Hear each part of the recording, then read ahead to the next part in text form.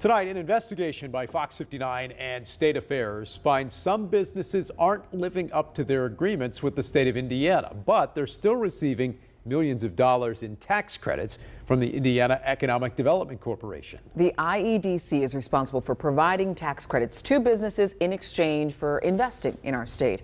Fox 59 Chief Investigator Steve Brown is digging into these false promises. Across the street from the State House is this building. It's home to the Indiana Economic Development Corporation. For this story, we'd like you to think of the IEDC as a candy store for businesses. You know, one of those old school candy stores, only instead of sweets, IEDC offers a tempting array of grants, loans, and tax breaks. Among the variety of treats is the Hoosier Business Investment Tax Credit. To get the tax credits, there is a price. Businesses must sign a contract with the IEDC, agreeing to spend a specified amount of money to bring a business to Indiana or expand an existing Hoosier business. It looks like they didn't make any investment. What CBS 4 and State Affairs discovered was that often businesses got the tax credits, but it's not clear they lived up to their end of the deal. My theory? It's a discovery made by Caitlin Lang, State Affairs senior investigative reporter. The issue with the IEDC is there isn't a lot of information they give out, either because they can't or won't. This page right here. But Lang discovered something rare, measurable performance data for these tax credits. It took months to comb through hundreds of completed contracts from 2012 through 2022. An example of what she found is the 2015 deal with Rolls-Royce here in Indianapolis. Click on it. Lang showed us how she harvested the data off an IEDC website. This is the actual contract. If you look at this page right here, you can see qualified investment commitment. Which means they have to spend this much. Yes, they were supposed to spend $170 million. So in this case, they spent $161 million. Despite coming up $8 million short on capital investment, Rolls-Royce still collected the full amount of tax credits from the IEDC, $15.5 million. Other examples include automotive parts manufacturer FCC in Adams County. It accepted a deal pledging to invest over $128 million in its business.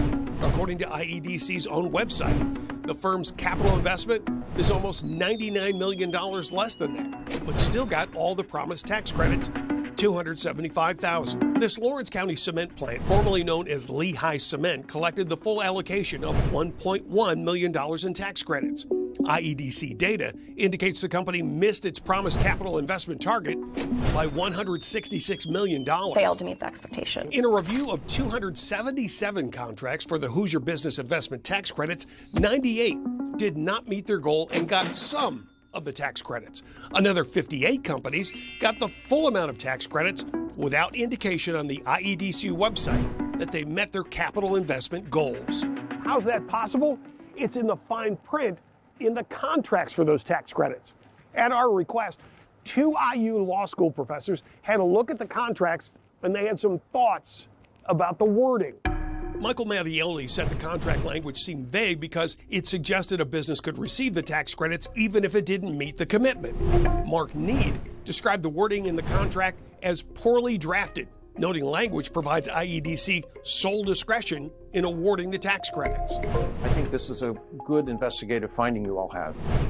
There's squishy language in there about interpreting the earning of the tax credit. Greg Leroy is executive director of Good Jobs First, a watchdog group focused on economic development programs nationwide. This is supposedly on its face a performance-based incentive, but the way this is structured with that wiggle language in there, it looks like we get back to this same squishy language problem. I don't want to comment on anything. The IEDC declined multiple requests for an interview for this story, instead providing some information about the tax credit program and a dismissal of our findings. Quote, "It is reasonable that a party who's not familiar with the intricacies of these programs and their associated agreements could misinterpret the substance and intent." I'm just very concerned about it. State Representative Gregory Porter has a different take. He's a member of the State Budget Committee and votes on IEDC funding requests.